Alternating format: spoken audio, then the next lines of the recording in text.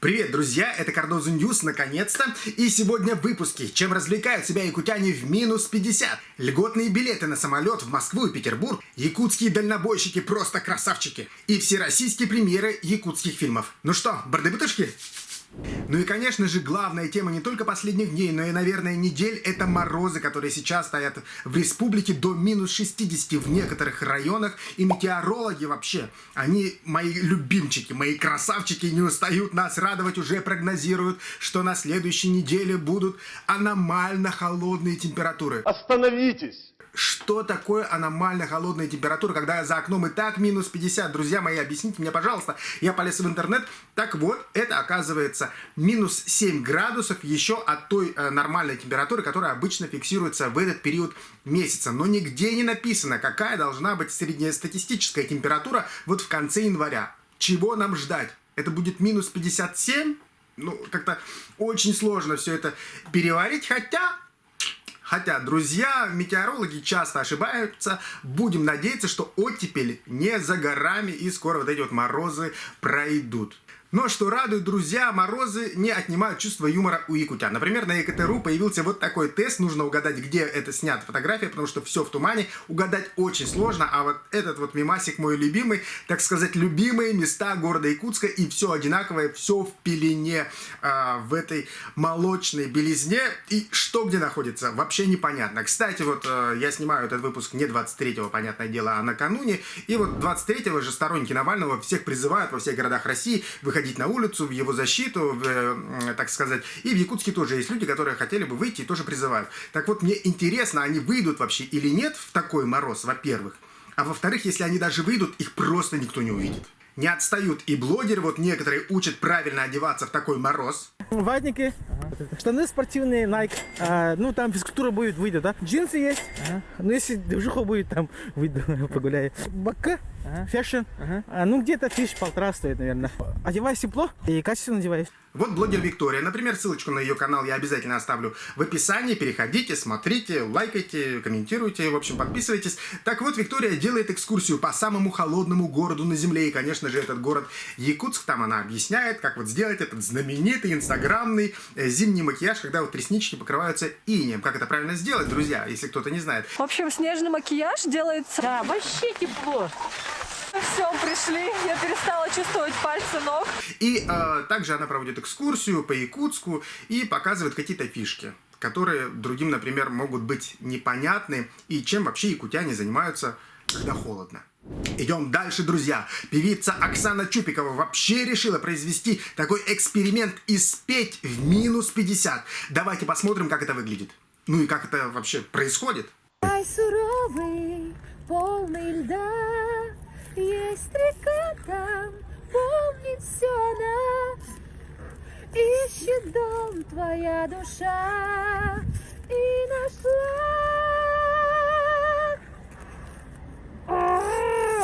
И следующая новость про суровых северных якутских дальнобойщиков. Посмотрите на это видео. Его у себя на странице Facebook опубликовала журналист Ирина Курилова. И там мы видим, как дальнобойщики вместо пробитого колеса подставили бревно и едут дальше. Потому что у них серьезная миссия, друзья, им нельзя останавливаться. Они везут продукты в Кобяйском районе, в село Себян-Кёль. Вот. И, так сказать, чтобы не застрять на дороге, не замерзнуть, голь на выдумке хитра, как говорится, они придумали такую конструкцию.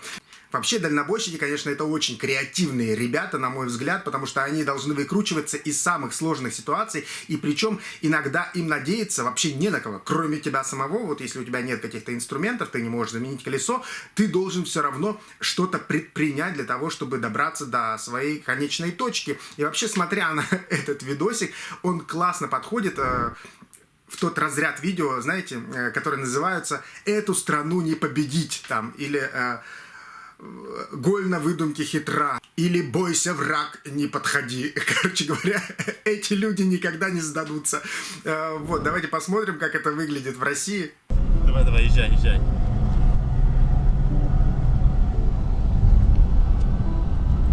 Хочется, конечно, поблагодарить дальнобойщиков за их смекалку и что они не останавливаются в пути. вообще респект. Еще одна из главных новостей, которая будоражит последние несколько дней всю Якутию, это появление информации о том, что субсидированные билеты из Якутска в Москву и Петербург будут теперь доступны не только студентам и пенсионерам, но вообще всем категориям граждан, и из Якутска можно будет уехать за 9200 рублей. Неужели такое возможно?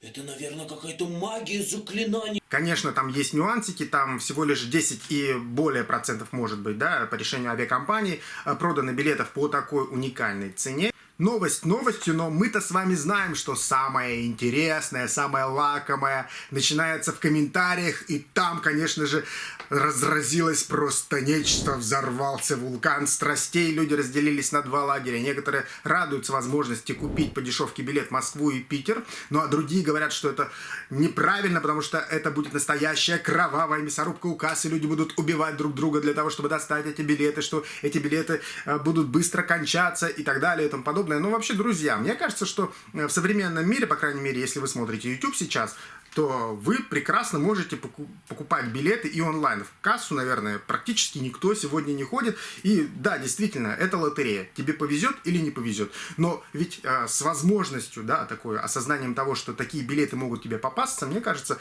жить легче.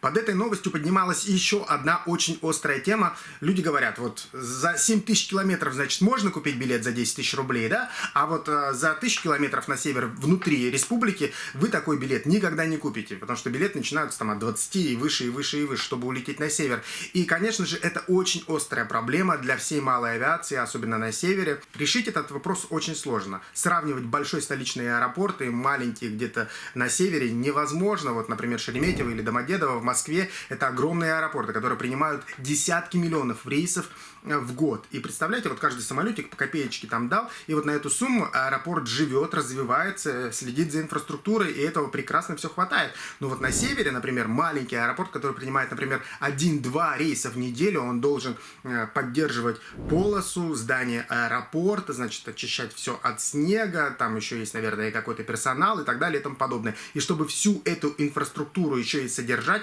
нужны тоже деньги. И вот они закладывают эти деньги в аэропортовские сборы, да, которые должна заплатить авиакомпания. Авиакомпания для того, чтобы окупить рейс, уже поднимает цены билетов. Вот такая получается пирамида. И что здесь делать?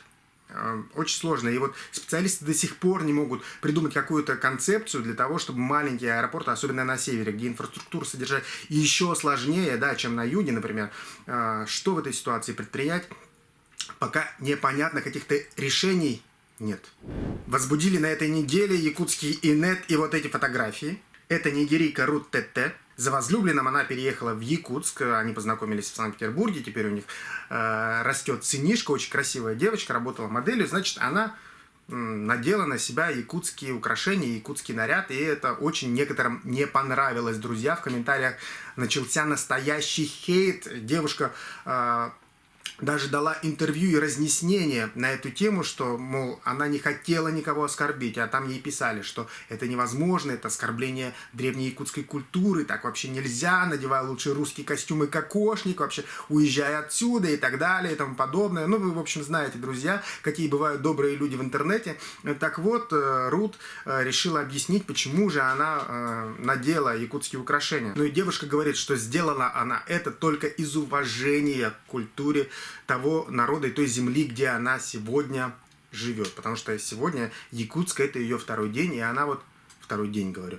Потому что Якутск сегодня – это второй ее дом. И она объясняет, что, например, когда у нее на родине иностранцы надевали нигерийскую национальную одежду, все воспринимали это только положительно, как, знаете, такое вот погружение в культуру. Почему вот у нас получилось много хейта в свою сторону по такому поводу получить, как-то мне непонятно, и ей тоже. Подробно комментарий вы можете посмотреть на сайте Сахады, ссылочку я тоже оставлю в описании. Вообще нужно быть добрее, друзья, ну что это такое? Якутия вообще славится своей многонациональностью, и русские, и татары, и узбеки, и киргизы, все. Вообще я тоже надевал якутский костюм, и ничего, нормально, все, никто не умер, все живы. Прекрасно на празднике ИСЭХ, значит, нарядиться по-якутски, это сам Боженька велел, почему вот здесь вот такое произошло, почему людям не понравилось. Это тоже странно, если вы знаете вообще, скажите, пожалуйста, отмечайте в комментариях, потому что как-то это я понять не могу, потому что наша республика, она очень многонациональная. Но я вообще не понимаю, как будто бы в первый раз увидели темнокожего человека в якутской одежде. Ну, ей-богу, вообще непонятно. А закончить я хочу положительной новостью, ну, как всегда, в общем-то, тем, что якутское кино выходит на новый уровень, на всероссийские, друзья. И вот появилась новость на этой неделе, что 2 якутских фильма выходят в российский прокат полноценный. Первая картина — это «Хар», «Черный снег». Ее премьера начнется в Москве, например, в других российских городах уже 28 февраля. Фильм Степана Бурнашова рассказывает о дальнобойщике, который доставляет продукты на север, так сказать. Это перекличка к предыдущей новости про якутских дальнобойщиков. Так вот, его машина ломается, и он оказывается зимой в пустыне, в снежной, и вот какие-то там происходят различные не очень приятные вещи. Фильм основан на реальных событиях, он уже поучаствовал в различных фестивалях и получил главный приз на кинофестивале «Окно в Европу», а еще приз гильдии продюсеров России, и вот он выходит в российский прокат, его увидит много-много людей в нашей стране. Можно только пожелать ребятам удачи для того, чтобы прокат получился хороший, они заработали каких-то денег и обратили на них внимание, может быть, кто-то дальше выкупит, и нужно будет обязательно сходить и посмотреть. Ну а следующий фильм вы, наверное, многие видели. Если не видели, то наверняка слышали. Это Дмитрий Давыдов и его картина «Пугало». Феноменальный успех, который был закреплен на Кинотавре. Много различных призов. Вот анонсировали, что и на «Золотой орел» эта картина будет номинирована, но она туда не попала, потому что прокат начнется только вот сейчас, 18 февраля. Всероссийский. Я думаю, что будет большая премьера, уже анонсирована в одном из главных кинотеатров Москвы и России. Это «Каро Октябрь». И вот там со съемочной группой будут встречаться зрители, и все это будет еще дело комментировать, да, присутствовать. Антон Долин — это главный кинокритик в нашей стране. Вообще очень крутой чувак. Вообще, я считаю, что фильм ждет большой успех. Надеюсь, это будет большой кассовый успех. И ребята получат от этого денежку. И как можно больше людей увидят эту якутскую картину и узнают о якутском кино, потому что многие уже об этом говорят. Ну и это еще не все. Пугало вот в январе должно участвовать еще в одном кинофестивале международном в Норвегии. Будем ждать оттуда тоже приятных для нас всех новостей. С Дмитрием Давыдовым мы делали большое интервью у меня на YouTube-канале. Если вы не видели, можно по ссылочке перейти, посмотреть его. Очень интересно, он рассказывает о своей жизни вообще, о проекте Пугало, о своих планах вообще, о своих страхах и переживаниях. Мы все это снимали после его триумфа на Кинотавре, так что заходите и смотрите. Ну и напоследок, ставьте лайки, подписывайтесь, нажимайте на колокольчик для того, чтобы не пропустить новые видео. Надеюсь, они будут выходить все чаще и чаще. Комментируйте все увиденное, чего вам не хватило, может быть, что понравилось, что не понравилось. Комментарии очень все важны. Вообще обратная связь — это вот такая штука. Стараюсь на все отвечать. Ну что, всем пока.